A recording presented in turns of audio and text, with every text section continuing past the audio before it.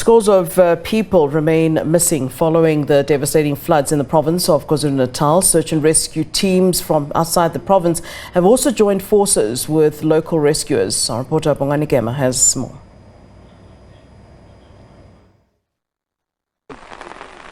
Well, thank you very much. We are coming to you from the area of Emachobeni in Inanda here in Durban, where search and rescue teams are still hard as work trying to find the remaining bodies that have still not been found. As we heard from the Premier of the province yesterday, Sihle Zikalala, saying that 63 people are still unaccounted for, they are still missing. Also confirming that over 440 people have now been confirmed dead after the floods that we saw here in the city of Durban. I'll ask my colleague to just pan and show you there's a search and rescue team that is still digging through a sand where we understand a 3-month-old baby is still stuck under the sand. We understand that's the baby with his mother and his 14-year-old sibling were trapped under the sand after their shack that they had built using that corrugated iron that you see scattered there had slid. That we understand that the shack was built just above the tree that you see there.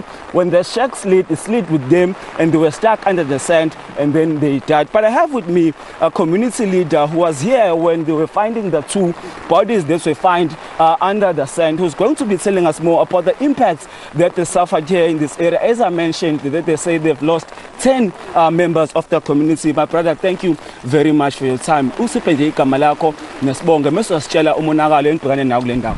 Nguziphathe ngwakashabani mina mfowethu sibonge kakhulu ukuqhamuka kwenu bafowethu umonakalo esibhekane nawo la endaweni yethu yasemaqadini emagelekedeni ngaphansi kwenduna unzama sidlulelwe imindeni yabantu abawu10 so njengamanje esisabakwazile ukubathola kube imizimba ewu7 sisaphezi sisamba sisabheka le emithathu nayo ephansi kusukela kwenzeka ngomsombuluko sonke leso sigameko siphansi phezulu. Siyabonga nethimba elifikile lalabo abakwaziyo ukutakula nangezinja basilekelela kakhulu, namanje babhizi basekhona bazosilekelela. Inkinga ebenkulu kakhulu ukulinyalelwa imigwaqo, ogesi kanjalo namanzi. Izona ke izinto ezibe ama challenge kuthina kakhulu ukuthi sibhekane nazo, ukuthi njengoba kunjena kusene neminye imindeni esingakafinyeleli kuyona edikikelwe nayimizi ngenhlanhla kudlula ngamuntu khona, kodwa sikakafinyeleli kubona ngesimo esibhekene naso sabantwana abancane kakhulu abasengaphansi komhlabathi esingakabathola. Well, Zipase here saying in Zulu that they did as a community manage to find 7 bodies that had slid and stuck under the mud after the floods. They're saying the community members came together to search for their bodies. That was before the search and rescue teams made it here into this particular community. Also mentioning that there are roads, access into the area is very not easy, it's very difficult because the roads were damaged. Big holes were opened on the roads accessing the area. Also mentioning there that they don't have, some areas don't have water and electricity. My brother, uthe umphakathi owahlangana uzokhipha laba behambile beyofihle ke phansi kwenhlabathi. Lapho awusichazele isimo enabhekana naso ngesathi nifunela nina abantu.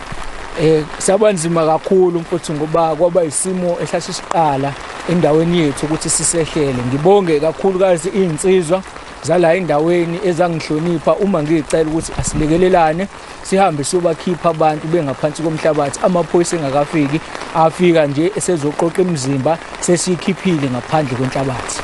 Mhlambe ngiyazi ukubalulile ukuthi aninawo gesi kwezinye indawo, aninawo amanzi. Mhlambe niculisekile ngosizo nitholile. Njengamanje sisaqinisekile ngoba njengoba kubhizi kusabhekwa lemizimba, lokho okunye sineshoyo ukuthi kuzolandela ngoba nakho kuyingxenye yempilo, kodwa kakhulu esibambene nakho ukuthi mayitholakale naleminye imizimba ephansi engakatholakala.